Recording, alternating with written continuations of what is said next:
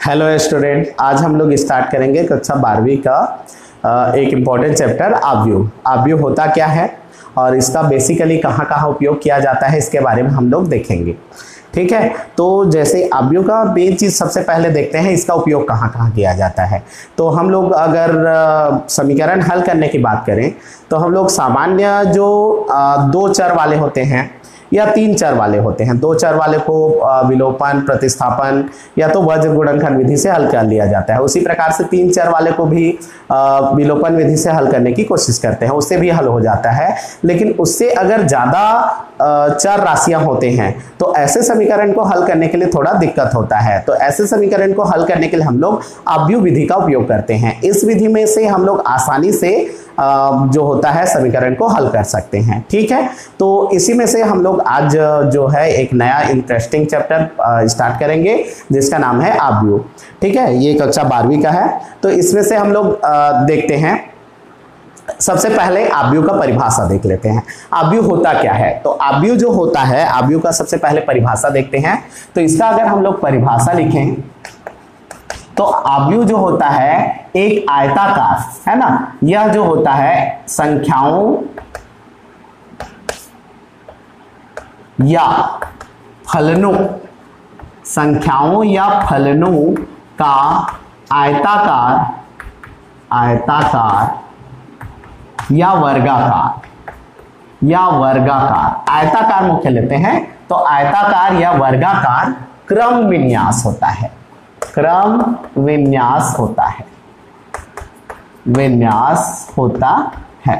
ठीक है, इसमें क्या होता है, कोई भी जो संख्या होते हैं या तो कोई भी फलन होते हैं उनको हम लोग अरेंजमेंट करते हैं। कहने का मतलब इसमें केवल क्या किया जाता है, उसको अरेंजमेंट किया जाता है। और वो अरेंजमेंट कैसा रहता है, आयताकार होता है या तो क्या होता है, वर्गाकार होता है। तो ये क्या कहलाता है, हमारा आव्यूह कहलाता है। ठीक है, तो आव्यूह का अगर हम लोग परिभाषा दें तो यही होता है, आव्यूह जो होता है संख्याओं या फलनों का आयताकार या वर्गाकार क्रम विन्यास होता है। ठीक है, अब इसमें से हम लोग इसके बारे में थोड़ा देखें। तो जैसे देखिए, अगर हम लोग किसी के बारे में बात करें, जैसे टेस्ट मान लेते हैं, तीन व्यक्ति हैं, है ना, राम, श्याम, ठीक है, और एक और ले लेते हैं मोहन। ठीक है, राम, श्याम एंड मोहन है ना। इन्होंने जो है दो टेस्ट हुआ था जिसमें से इनके अंक कुछ इस तरह से है। मान लेते हैं कोई भी टेस्ट दिए, जैसे मान लेते हैं मैथ्स का टेस्ट लिए, है ना, गणित का टेस्ट हुआ जिसमें से इनको इस तरह से अंक प्राप्त हुआ था। इनको 15 अंक प्राप्त हुआ था, ये 16 अंक प्राप्त हुआ था। ये जो था मान लेते हैं दो विषय का है, ये पहला विषय है ये गणित है और ये वाला मान लेते हैं भौतिक है। ठीक है, तो गणित में जो है राम को 15 अंक मिला था, श्याम को मान लेते हैं 20 अंक मिला था और मोहन को मान लेते हैं 18 अंक मिला था। उसी प्रकार से भौतिक में मान लेते हैं राम को 16 अंक मिला, ठीक है, श्याम को 19 अंक मिला और जो मोहन है उसको 17 अंक मिला। ठीक है, तो इस तरह से देखते हैं कि ये अगर हम लोग इसको एक प्रकार के सजाए हैं, तो यहां पर अगर हम लोग ऐसे बात करें और ऐसे बात करें तो दोनों जो होते हैं अलग अलग शब्दों को डिनोट करते हैं। कैसे देखिए इधर, अगर हम लोग ऐसे क्षैतिज बात करें तो क्षैतिज में बात करेंगे तो ये जो दोनों संख्याएं हैं 15 और 16, ये हमको ये बताते हैं कि राम ने गणित और भौतिक में कितने कितने अंक प्राप्त किए। और इसी को अगर हम लोग ऊर्ध्वाधर देखें, तो यहां पर हमको ये पता चलता है कि पर्टिकुलर एक सब्जेक्ट में, मींस गणित में या भौतिक में, राम, श्याम, मोहन को कितने कितने अंक प्राप्त हुए। जैसे राम को 15, 20, 18 या फिर इसको देखेंगे तो 16, 19, 17, मतलब ये तीनों व्यक्तियों को पर्टिकुलर एक सब्जेक्ट में, किसी एक सब्जेक्ट में कितने कितने अंक प्राप्त हुए उसके बारे में बता रहा है। और अगर हम लोग इसको ऐसे देखें तो हमको ये बता रहा है कि एक व्यक्ति को दोनों विषय में कितने कितने अंक प्राप्त हुए। तो इस प्रकार से अरेंजमेंट किया जाता है। तो यहां पर देखिए एक अरेंजमेंट हुआ, यहां पर देखिए एक आयत टाइप का बना है। तो इसी प्रकार से आव्यूह को भी अरेंज किया जाता है। ठीक है, तो इसी के बारे में हम लोग पढ़ेंगे। ठीक है, तो आव्यूह जो होता है उसको किस प्रकार से व्यक्त किया जाता है, किससे डिनोट किया जाता है, किस प्रकार लिखा जाता है, इसके बारे में हम लोग थोड़ा देखते हैं। तो चलिए देखिए, आव्यूह को जो होता है अंग्रेजी के कैपिटल अक्षर से डिनोट किया जाता है। ए, बी, सी, एक्स, वाई, जेड, कोई भी लेटर जो कैपिटल लेटर होता है उससे हम लोग डिनोट करते हैं। और आव्यूह जो होता है कुछ इस तरह से दिखता है, जैसे ये एक आव्यूह को मैं डिनोट करके बता रहा हूं, जैसे कि हम लोग यहां पर ए से डिनोट किए और ये ऐसे होता है, एक डिब्बा हो रहेगा और उसके अंदर उसके जो होते हैं अवयव को लिखा जाता है। ठीक है, तो मान लेते हैं यहां पर है 1, 2, 3, 4, 5, 6, कोई भी लिख सकते हैं। ये संख्या भी हो सकता है या कोई फलन भी हो सकता है, साइन थीटा कॉस थीटा भी हो सकता है या तो संख्या भी हो सकता है। ठीक है, तो यहां पर हम लोग इस तरह से डिनोट करते हैं। तो संख्या कुल मिला के आव्यूह जो होता है ये इस तरह से रहता है। अब इसमें से इसको क्या क्या कहा जाता है, इसको हम लोग थोड़ा सा इसमें कुछ परिभाषाएं देख लेते हैं। ठीक है, तो यहां पर अगर हम लोग देखें तो यहां पर देखिए 2 क्षैतिज लाइन है। ठीक है, 2 कौन से लाइन है, क्षैतिज लाइन है। इस जो 2 क्षैतिज लाइन होते हैं उसको हम लोग बोलते हैं पंक्ति। इन दोनों क्षैतिज लाइन को क्या कहा जाता है, पंक्ति कहते हैं। ठीक है, और ये जो पहला वाला ऊपर वाला है उसको पहला पंक्ति और ये जो दूसरा है मतलब नीचे वाला उसको दूसरा पंक्ति कहते हैं। ठीक है, अंग्रेजी में इसको कहते हैं रो। ठीक है, तो ये पहला पंक्ति है और ये दूसरा पंक्ति है। उसी प्रकार से इसमें जो खड़ा खड़ा लाइन होता है उस लाइन को लिखा जाता है ना। इसमें से हमेशा इसका आयताकार या वर्गाकार होगा, मतलब ऐसे लाइन होगा और ऐसे लाइन होगा। आव्यूह जो होता है ऐसा नहीं हो सकता, जैसे कि अगर 1, 2 लिखूं, 3 लिखूं और यहां पर कुछ नहीं है, मतलब ऐसे नहीं होता आव्यूह। आव्यूह में ना पूरे ऐसे पूरा लाइन होना चाहिए, सभी अवयव होना चाहिए और ऐसे भी होना चाहिए। ठीक है, तब जाकर के आव्यूह कंप्लीट होता है। ठीक है, तो आव्यूह को कुछ इस तरह से लिखा जाता है। अब इसमें से जो ऊर्ध्वाधर लाइन होते हैं, मींस ये लाइन और ये लाइन, ठीक है, इसको कहा जाता है, इन तीनों को अगर देखें तो इसको कहा जाता है स्तंभ। ठीक है, और अंग्रेजी में बोलते हैं कॉलम। ठीक है, तो इसको अंग्रेजी में क्या कहा जाता है, कॉलम। तो इसको सी से डिनोट करते हैं। तो ये हो गया C1, C2 एंड C3। तो इस तरह से लिखा जाता है, ये पहला स्तंभ, ये दूसरा स्तंभ, ये तीसरा स्तंभ। उसी प्रकार से पंक्ति के बारे में बात करें तो ये पहला पंक्ति, ये दूसरा पंक्ति और रहेगा तो तीसरा पंक्ति।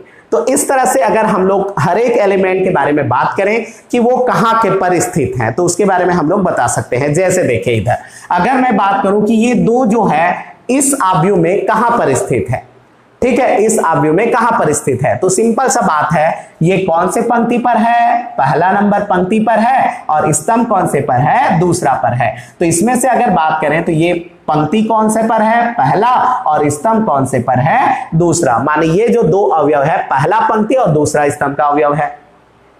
ठीक है, तो क्या हम लोग इसको ऐसे भी बोल सकते हैं कि ये जो अवयव है ये दूसरा स्तंभ का है और पहला पंक्ति का है, तो ऐसे भी बोल सकते हैं। लेकिन लिखते तौर पर जब भी हम लोग ऐसे बोल सकते हैं कि ये यहां का है, ठीक है, लेकिन जब भी लिखा जाता है तो उस समय हमेशा पंक्ति को पहले और स्तंभ को बाद में गिना जाता है। ठीक है, तो हमेशा अगर लिखने के तौर पर देखें तो इसमें से हमेशा इसको ये बोलेंगे कि ये पहला पंक्ति का है और दूसरा स्तंभ का है। उसी प्रकार से बात करें कि ये 4 कहां का अवयव है, तो सिंपल सा दिख रहा है, ये कौन से पंक्ति का है, दूसरा पंक्ति का है, और कौन से स्तंभ का है, तो पहला स्तंभ का है। तो इस तरह से देखते हैं कि ये जो है दूसरा पंक्ति और पहला स्तंभ का क्या है, अवयव है। तो इसी प्रकार से अगर हम लोग इसकी बात करें तो ये भी कौन सी जगह का अवयव है, तो ये जो है दूसरा पंक्ति का है और दूसरा स्तंभ का है। ये कौन से जगह का अवयव है, तो ये जो है दूसरा पंक्ति और कौन से स्तंभ का है, तीसरा स्तंभ का अवयव है। तो इस तरह से हम लोग हर एक अवयव का जगह को डिसाइड कर लेते हैं कि वो कहां कहां पर है। ठीक है, और उसको हम लोग बता देते हैं कि ये यहां पर अवयव है। तो अगर हम लोग इसका अगर मेन फॉर्म देखें तो कुछ इस तरह से रहता है आव्यूह। तो आव्यूह जो होता है कुछ इस तरह से दिखता है, देखिए इधर। ठीक है, इसको किसी भी कैपिटल लेटर से डिनोट करते हैं, तो जैसे मैं मान लो ए से डिनोट कर लिया, तो उसके जो अवयव होते हैं उसको हमेशा अगर ऐसे लिखना है तो स्मॉल लेटर से डिनोट करते हैं। तो यहां पर मान लेते हैं ये है एक अवयव है, तो ये कहां का है, तो पहला नंबर का है, इधर का भी पहला का है, तो इस कारण से इसको एक एक लिखते हैं। उसी तरह से आगे बढ़ोगे तो 1 2, और आगे बढ़ोगे तो 1 3 डैश डैश डैश 1, और ये n हो गया। ठीक है, उसी प्रकार से इसके नीचे वाले को, ये तो पहला पंक्ति का है, इस कारण से ये जो पहला मेंबर होता है वो सेम लिखना है। देखिए इधर है ना, इसमें जो पहला मेंबर होता है 1 1 ऐसे ही लिखना है। अब सेकंड वाले लाइन में जाएंगे तो ऐसे लिखेंगे A21 A22, ठीक है। और ये जो संख्या होते हैं दर्शाते हैं ना, क्या क्या को दर्शाते हैं इसके बारे में बता रहा हूं मैं। ये 2 3 और डैश डैश ये क्या हो जाएगा 2n।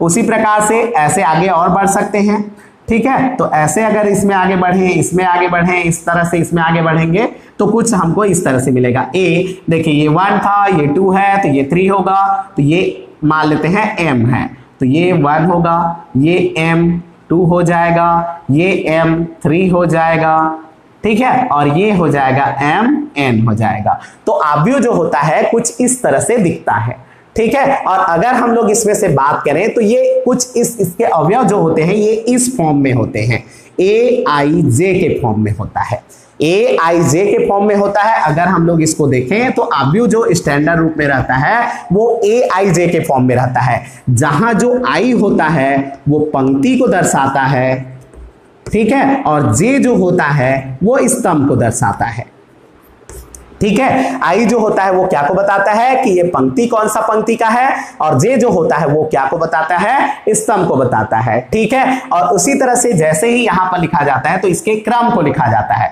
तो ये जो होता है इसका क्रम होता है लास्ट अवयव का, तो ये होता है m क्रॉस n के रूप में, ठीक है। तो यहां पर अगर हम लोग इस अवयव के बारे में बात करें तो थोड़ा सा देखिए, इधर थोड़ा सा देख लेते हैं। तो यहां पर इस अवयव के बारे में बात करें कि ये कहां का अवयव है, तो इसमें से स्पष्ट है, पहला जो है वो पंक्ति को बताता है और दूसरा जो है वो स्तंभ को बताता है। तो यहां पर स्पष्ट लिखा है ये जो A12 अवयव है वो पहला पंक्ति का है, लेकिन स्तंभ कौन सा नंबर का है, दूसरा। और देख लीजिए है भी पहला पंक्ति दूसरा स्तंभ, ठीक है। तो ये पहला पंक्ति का है और दूसरा स्तंभ का है। ये कौन से जगह का अवयव है, तो इसमें से स्पष्ट लिखा है दूसरा पंक्ति का है और तीसरा स्तंभ का है। उसी प्रकार से मैं बोलूं कि ये कौन से जगह का अवयव है, तो ये कौन सा अवयव है, तो m पंक्ति का है, m पंक्ति का है, और स्तंभ कौन से का है, पहला का।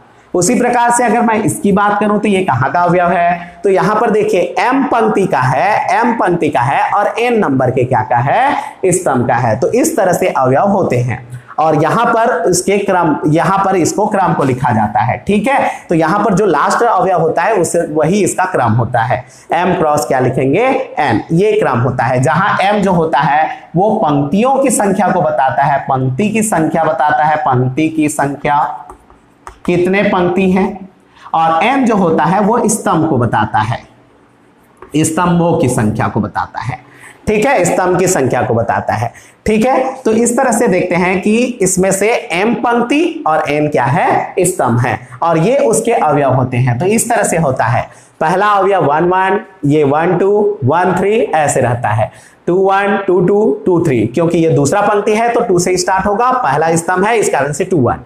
ये दूसरा पंक्ति है लेकिन दूसरा स्तंभ है तो 2 2 है ना, ये दूसरा पंक्ति है लेकिन स्तंभ तीसरा है तो 2 3 रहेगा। तो इस तरह से अवयव होते हैं। अब इसमें से फिर से बात करते हैं, इस क्वेश्चन के बारे में बात करते हैं, ठीक है। अब इसमें से मैं बात करूं कि ये जो 3 है कौन सी जगह का है, तो सिंपल सा बात है, ये स्मॉल a लिखेंगे, और कौन सी जगह का है, तो पंक्ति क्या है, पहला, और स्तंभ कौन सा है, तीसरा, तो ये 13, मतलब A13 के स्थान का जगह है ये 3, ठीक है। उसी तरह से मैं बात करूं कि ये 5 कहां पर है, तो यहां पर सिंपल सा आ जाएगा, A पंक्ति कौन सा है, दूसरा, और स्तंभ भी कौन सा है, पंक्ति दूसरा और स्तंभ भी कौन सा है, दूसरा। तो ये जो 5 लिखा है वो A22 का वैल्यू है, ठीक है। अच्छा, मैं बोलूंगा कि इसमें कितने पंक्ति हैं, तो पंक्ति देख लीजिए स्पष्ट दिख रहा है, 1 पंक्ति 2 पंक्ति, ठीक है। अब मैं बोलूंगा कितने स्तंभ हैं, तो इसमें से कितने स्तंभ हैं, 1 2 3 3 स्तंभ हैं, ठीक है, अब मैं बोलूंगा इसका कि क्रम क्या है इस अवयव का, तो इसका अवयव का क्रम क्या होगा, तो सिंपल सा है, कितना पंक्ति गुणित कितना स्तंभ। देखिए इधर m मीन्स पंक्ति और n मीन्स क्या होता है, स्तंभ। तो कितना पंक्ति है और कितना स्तंभ है, उन दोनों को गुणा करके लिख लो ऐसे क्रॉस करके। तो यहां पर देखिए 1 2, 2 पंक्ति है, 1 2 3, 3 स्तंभ है। तो इस अवयव का क्रम कितना है, 2 गुणित 3 का है। ठीक है, तो इस तरह से हम लोग बनाते हैं। तो अवयव कुछ इस तरह से होता है, तो आप लोगों को समझ में आ गया होगा अवयव कैसे रहता है। तो एक बार और देख लेते हैं। अवयव का परिभाषा मैं बता दिया था। अवयव जो होता है एक क्रम विन्यास होता है। ठीक है, इसमें सजाया जाता है, आयताकार होता है या तो वर्गाकार। तो जैसे कि हम लोग ऐसे लिख सकते हो या तो ऐसे, इसका स्टैंडर्ड फॉर्म देखें तो ये ऐसे रहता है। ठीक है, तो इस तरह से उसके अवयव को बताते हैं। अब इसमें से देखा जाए तो जो क्षैतिज लाइन होता है, ये जो क्षैतिज लाइन होता है इसको पंक्ति बोलते हैं, और ये जो ऊर्ध्वाधर लाइन होता है उसको क्या कहा जाता है, स्तंभ कहा जाता है। इसके जितने भी अवयव होते हैं वो स्मॉल लेटर में लिखते हैं अंदर में, है ना। और जो अवयव होता है टोटल ये अवयव है, ठीक है, थोड़ा बड़ा कोष्टक टाइप का रहता है, सीधा लाइन नहीं रहता ना। तो अवयव को आप या तो ऐसे दर्शा सकते हैं या तो आगे आप पढ़ेंगे तो ऐसे भी दर्शा देते हैं, है ना, कोई दिक्कत नहीं होता। थोड़ा कोष्टक टाइप का आगे पढ़ेंगे ना कॉलेज लेवल में तो कुछ इस तरह से भी दर्शाया रहता है, तो ऐसे भी या ऐसे दर्शा दिया जाता है। ठीक है, तो इस तरह से अवयव होता है। अब इसमें से जो इसके अवयव होते हैं वो हमेशा किस रूप में रहते हैं, आईजे के रूप में रहते हैं। जहां आई क्या को बताता है, पंक्ति को बताता है, और जे किसको बताता है, स्तंभ को बताता है। ठीक है, ये कौन से पंक्ति का है और कौन से स्तंभ का है उसको बताता है। ठीक है, और यहां पर उसके क्रम को लिखा जाता है। क्रम को हमेशा ऐसे लिखते हैं, हमेशा पंक्तियों की संख्या, कुल पंक्तियों की संख्या गुणित कुल स्तंभों की संख्या, ये क्या बताता है, उसके क्रम को बताता है। तो इस तरह से हम लोग बना सकते हैं। ठीक है, तो चलिए एक आध क्वेश्चन लेते हैं और उसमें से हम लोग बात करते हैं कि कितने पंक्ति है, कितने स्तंभ हैं, उसके बारे में हम लोग ले लेते हैं। चलिए, तो यहां पर हम लोग एक क्वेश्चन ले लेते हैं। एक क्वेश्चन है, एक अवयव है और ये अवयव कुछ इस तरह से है। मान लेते हैं यही ले लिया, 1 2 3 4 5 6 7 8 0 1 3 4, है ना, बस इतना ही ले लेते हैं। ठीक है, यहाँ पर ले लिया 3 4, ठीक है। चलिए अब इस अवयव के बारे में बात करते हैं। सबसे पहला क्वेश्चन ये है, ठीक है, कि इसमें कितने पंक्ति है, पंक्तियों की संख्या कितनी है। तो बताइए पंक्ति कितने हैं, पंक्ति की संख्या। तो पहला देखिए पंक्ति की संख्या कितनी है, तो सिंपल सा है, गिन लीजिए 1 2 3। तो पंक्तियों की संख्या कितनी है, 3। उसी प्रकार से दूसरा बात करें, स्तंभ कितने हैं, स्तंभ की संख्या कितनी है, तो ऐसे गिनिए 1 2 3 4। तो कितने स्तंभ हैं, 4। ठीक है, अब इसमें से बात करते हैं इस अवयव का क्रम क्या है। ठीक है, तो अगर हम लोग इसका क्रम लिखेंगे तो हमेशा लिखेंगे पंक्तियों की संख्या गुणित स्तंभों की संख्या। तो इस अवयव का क्रम क्या है, 3 गुणित 4। ठीक है, इस अवयव का क्रम क्या है, 3 गुणित 4 का है। अब इसमें से मैं बात करूं चौथा, कि एक पंक्ति में कितने अवयव हैं, में कितने अवयव है। ठीक है, यहां पर मैं बात कर रहा हूं एक पंक्ति में कितने अवयव हैं, चलिए बताइए। तो यहां पर देखिए एक पंक्ति ले लीजिए और इसमें अवयव को गिन दीजिए, 1 2 3 4। सबको नहीं गिनना है, एक ही पंक्ति में 1 2 3 4। तो कितने अवयव हैं, तो कुल अवयवों की संख्या कितनी है, 4 है। उसी प्रकार से मैं बात करूं कि एक स्तंभ में कितने अवयव हैं। ठीक है, एक स्तंभ में अवयवों की संख्या कितनी है, तो यहां पर गिन लीजिए, कोई भी स्तंभ ले लीजिए और गिन लीजिए 1 2 3। तो कुल एक स्तंभ में जो है अवयवों की संख्या कितनी है, 3 है। ठीक है, उसी प्रकार से ये हमको क्रम आ गया। अब मैं बोलूंगा कि कुल संख्या कितनी है। ठीक है, कुल अवयवों की संख्या कितनी है, कुल अवयवों की संख्या। तो यहां पर गिन लीजिए कुल अवयवों की संख्या कितनी है, तो यहां पर देखिए, इधर सबको गिन सकते हैं या तो यहां पर ध्यान दीजिए, यहां पर ऐसे करते हैं, ये जो क्रम है इसको गुणा कर देते हैं। तो 3 गुणी 4 का है तो गुणा कर दीजिए, 4 तिया 12, तो कुल अवयवों की संख्या कितनी है? 12। तो इस तरह से हम लोग एक अवयव में बता सकते हैं। उसी प्रकार से मैं ये बोलूं, ठीक है, कि A32 का वैल्यू कितना है, माने A32 का मान कितना है इस अवयव में। तो चलिए बताइए 32 कहां पर मिलेगा आपको?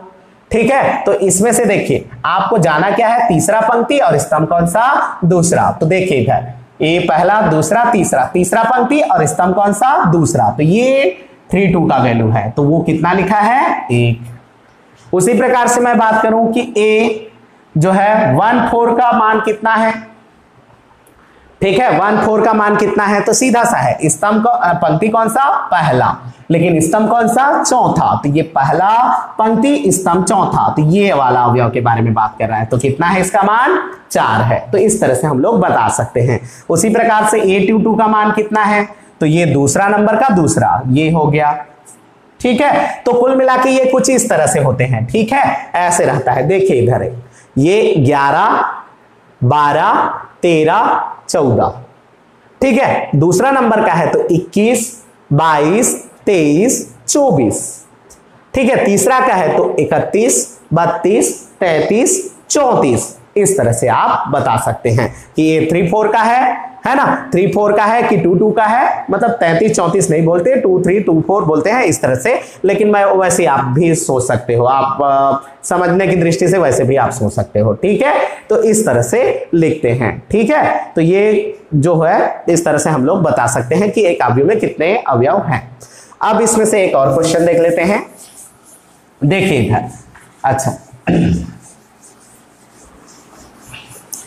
ठीक है। अब मैं बात करता हूं कि जो अवयव होते हैं, है ना, जैसे किसी भी अवयव में जो अवयव होते हैं वो हमेशा m गुणित n के रूप में रहते हैं। माने कि कुल, जैसे कि मैं बात करूं कि एक अवयव है जिसमें 4 अवयव हैं, एक अवयव है जिसमें 4 अवयव हैं, तो उस अवयव का संरचना कितने प्रकार का हो सकता है, माने कैसे कैसे प्रकार से उसको हम लोग बना सकते हैं, ठीक है। तो 4 अवयव वाले अवयव कैसे कैसे बन सकते हैं? तो यहां पर देखें, ऐसे देखें, इधर ऐसे हो सकता है ना, 4 अवयव वाला, 1 मान लेते हैं, वो 4 अवयव 1 2 3 है, 4 है, तो 1 2 3 4 ऐसे हो सकता है, ठीक है। या तो फिर वो ऐसे हो सकता है, 4 अवयव है तो 1 2 3 4 ये भी हो सकता है। या तो वो ऐसे हो सकता है, 1 2 3 4 ये हो सकता है, ठीक है, ऐसे भी बना सकते हैं। या हो सकता है ऐसे लिख सकते हैं क्या, 1 2 3 और यहां पर 4, ऐसे लिख सकते हैं क्या? ये नहीं लिख सकते, ठीक है। कभी भी लिखेंगे तो पूरा होना चाहिए, या तो पूरा ये होना चाहिए या तो ये पूरा भी होना चाहिए, उसके नीचे में हमेशा खाली जगह नहीं बचना चाहिए, ये अवयव नहीं होता है, ठीक है। तो अगर मैं बात करूं कि एक अवयव है जिसमें 4 अवयव हैं तो कितने प्रकार से बना सकते हैं? तो सिंपल सा है, 1 2 और कितना 3, ठीक है। तो ये तो मैं बना के देखा, अगर मैं बिना बना के देखूं तो कैसे बना सकता हूं? तो इसमें से भी सिंपल सा है, देखिए इधर, इसमें जितने भी अवयव हम लोग बनाते हैं उसके जितने भी कुल अवयव जो होते हैं, इसके अंदर में कुल कितने अवयव होते हैं? तो वो होता है m गुणित n अवयव होते हैं। उसमें कितने अवयवों की संख्या होती है? तो कुल अवयवों की संख्या m गुणित क्या होता है? n। तो जितना ये क्रम बना सकते हो उसको गुणा करके, उतना आप अवयव बना सकते हो, ठीक है। जैसे देखिए, 4 को हम लोग कितने गुणज में लिख सकते हैं? तो पहला तो 2 गुणित 2 लिख सकते हैं, ठीक है। दूसरा हम लोग लिख सकते हैं 4 गुणित 1 लिख सकते हैं, और तीसरा लिख सकते हैं 1 गुणित 4 लिख सकते हैं। इसका मतलब 2 पंक्ति 2 स्तंभ का अवयव बना सकते हैं, 4 पंक्ति और 1 स्तंभ का अवयव बना सकते हैं, और 1 पंक्ति और 4 स्तंभ का भी अवयव बना सकते हैं। तो इस तरह से हम लोग देखें तो 4 अवयव वाले अवयवों को इस तरह से अवयव बना सकते हैं, ठीक है। उसी प्रकार से मैं बोलूं, मान लो एक विषम संख्या ले लेता हूं, ठीक है। एक अवयव है जिसमें मात्र 3 अवयव हैं। अब बताइए वो कितने प्रकार से अवयव बना सकते हो कि बना ही नहीं सकते? मात्र 3 अवयव हैं तो बना सकते हो कि नहीं बना सकते? तो सिंपल सा है, बना सकते हैं। कुल अवयवों की संख्या कितनी है? 3। तो उसको गुणज में कैसे लिख सकते हैं? तो देखिए इधर 3 अवयव है तो उसको हम लोग 1 गुणित 3 लिख सकते हैं, या तो 3 गुणित 1 लिख सकते हैं। माने कितने प्रकार के अवयव बना सकते हैं? 2 प्रकार का अवयव बना सकते हैं। 1 गुणित 3 का संरचना कर सकते हैं या तो 3 गुणित 1 अवयव संरचना कर सकते हैं। ठीक है, तो उसी प्रकार से अगर एक अवयव है जिसमें 17 अवयव है तो उसको कितने प्रकार से आप बना सकते हो? तो इसमें से भी सिंपल सा है, 1 गुणित 17 और 17 गुणित 1, क्योंकि 17 तो और टूटेगा नहीं। ठीक है, तो इस तरह से देखेंगे तो जो अभाज्य संख्याएं होते हैं उसको हम लोग 2 तरीके से केवल बना सकते हैं। जैसे 23 अवयव है, मैं बोला कि एक अवयव में 23 अवयव है, 23 अवयव है, कितने प्रकार से बना सकते हो? तो मात्र 2 प्रकार से, या तो 1 गुणित 23 का बना सकते हो या तो 23 गुणित 1 का बना सकते हो, बाकी आप नहीं बना सकते। लेकिन मैं उसी को बोला कि एक 24 अवयव है। ठीक है, एक अवयव है जिसमें कितने अवयव है? 24। बताइए कितने अवयव बना सकते हैं आप? तो इसमें से आप कितने अवयव बना सकते हैं? तो एक तो ऐसे देखिए इधर 1 गुणित 24 का बना सकते हैं, 24 गुणित 1 का बना सकते हैं। ठीक है, 1 गुणित 24 का बना सकते हैं, 24 गुणित 1 का बना सकते हैं, 6 गुणित 4 का बना सकते हैं, 24 ही आएगा। 4 गुणित 6 का बना सकते हैं, 24 ही आएगा। ठीक है, 2 गुणित 12 का बना सकते हैं, 24 ही आएगा। ठीक है, 12 गुणित 2 का बना सकते हैं, 24 ही आएगा। ठीक है, 8 गुणित 3 का बना सकते हैं, 24 ही आएगा। 3 गुणित 8 का बना सकते हैं, 24 ही आएगा। ठीक है, तो इस तरह से हम लोग देखें तो ये ऐसे बना सकते हैं। और बना सकते हैं क्या? 1 मिनट, ये होगा 2 गुणित 2 गुणित 2 गुणित 8 या 24, है ना? तो कुल मिला के ये इतना को आगे पीछे कर सकते हैं। अच्छा, 6 3 दूनी 6 दूनी 12, 12 गुणित 2 2 गुणित 12। ठीक, अगर इन दोनों को क्रम ले लें तो इन दोनों को आगे पीछे कर सकते हैं, 4 6 6 4। ठीक, और इसको लेंगे तो ऐसे कर सकते हैं 8 3 और 3 8। ठीक, और 1 1 में ले सकते हैं। तो इतने प्रकार का अवयव बना सकते हैं। माने कुल कितने अवयव संरचना कर सकते हैं? 1 2 3 4 5 6 7 8। तो कुल कितने अवयव बना सकते हैं? 8 अवयव बना सकते हैं। कितने? जब कितने अवयव हो? 24। ठीक है, लेकिन वहीं पर अगर अभाज्य संख्या हो, प्राइम नंबर हो, ठीक है, तो उस कंडीशन में हम लोग केवल और केवल कितने अवयव बना सकते हैं? 2 बना सकते हैं, और ज्यादा नहीं बना सकते। ठीक है, तो इस तरह से अवयव का संरचना कर सकते हैं। ठीक है, तो इस तरह से अगर मैं बोलूंगा कि अगर मैं बताऊं कि 20 अवयव हैं तो कितने अवयव बना सकते हो, तो सिंपल सा है, उसका गुणनफल कर लीजिए, आपको पता चल जाएगा। ठीक है, तो इस तरह से हम लोग अवयव के बारे में और अवयव का प्रकार और किस तरह से इसका यूज किया जाता है और कैसे कैसे इससे और गुणधर्म है उसको हम लोग पढ़ेंगे। तो ये नेक्स्ट क्लास में पढ़ेंगे। धन्यवाद।